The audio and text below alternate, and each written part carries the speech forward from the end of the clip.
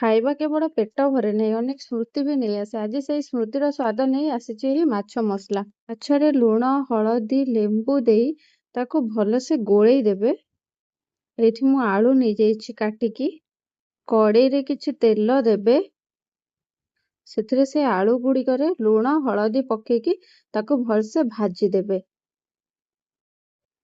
ଏଇଠି ଆମର ଆଳୁ ଭଜା ରେଡି ହେଇଯାଇଛି। ସେଇ କଡ଼େଇରେ ମାଛକୁ ବି ଭାଜି ଦେବେ।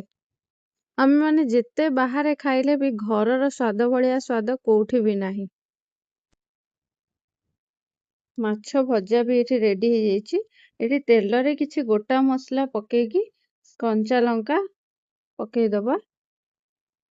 ତାପରେ ପିଆଜ ଗୁଡ଼ିକ ପକେଇଦବା, କଟା ପିଆଜ।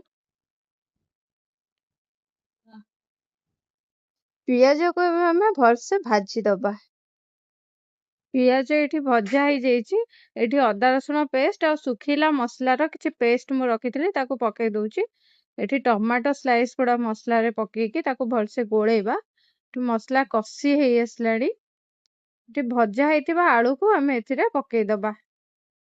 ଆଳୁକୁ ଏଠି ଭଲସେ କଷିକି ସେଥିରେ ଗରମ ପାଣି ମୁଁ ଦଉଛି। ଦେଖନ୍ତୁ ତରକାରୀର କଲରଟା କେମିତି ଦେଖାଯାଉଛି।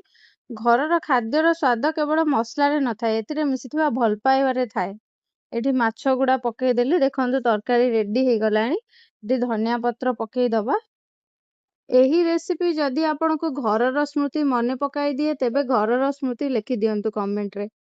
ଏହି ଗରମ ମସଲା ମୁଁ ପକେଇ ଦଉଛି।